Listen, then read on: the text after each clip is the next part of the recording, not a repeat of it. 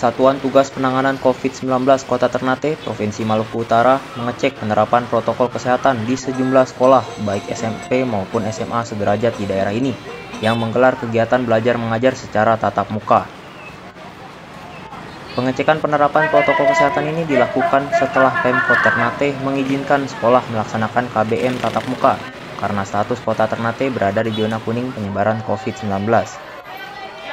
Namun, dengan persyaratan, pihak sekolah harus menerapkan sistem giliran, dan setiap ruangan kelas hanya dibatasi sebanyak 50% siswa dan siswi yang mengikuti pelajaran. Koordinator Pendisiplinan dan Penegakan Hukum Protokol Kesehatan Satgas Penanganan COVID-19 Kota Ternate, Abdullah Sadik, saat dikonfirmasi pada Senin pagi, mengatakan pihaknya mendatangi sebanyak 7 sekolah, baik SMP maupun SMA sederajat, untuk melihat langsung penerapan prokes dilaksanakan oleh pihak sekolah, dan hasilnya sudah mencapai 85 hingga sampai 90%. Namun, kata dia, Satgas akan terus mengawasi, sehingga pihak sekolah tetap memperhatikan penerapan prokes agar tidak terjadi klaster baru di lingkungan pendidikan.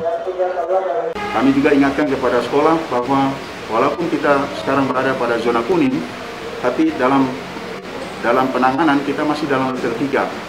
Level 3 itu tentu kewaspadaannya masih tinggi.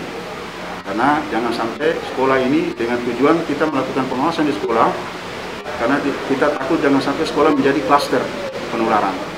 Sehingga kita awasi, kita ingatkan mereka. Abdullah menyatakan, selain sekolah, Satgas juga menjadwalkan akan memantau penerapan prokes di lingkungan kampus di Kota Ternate.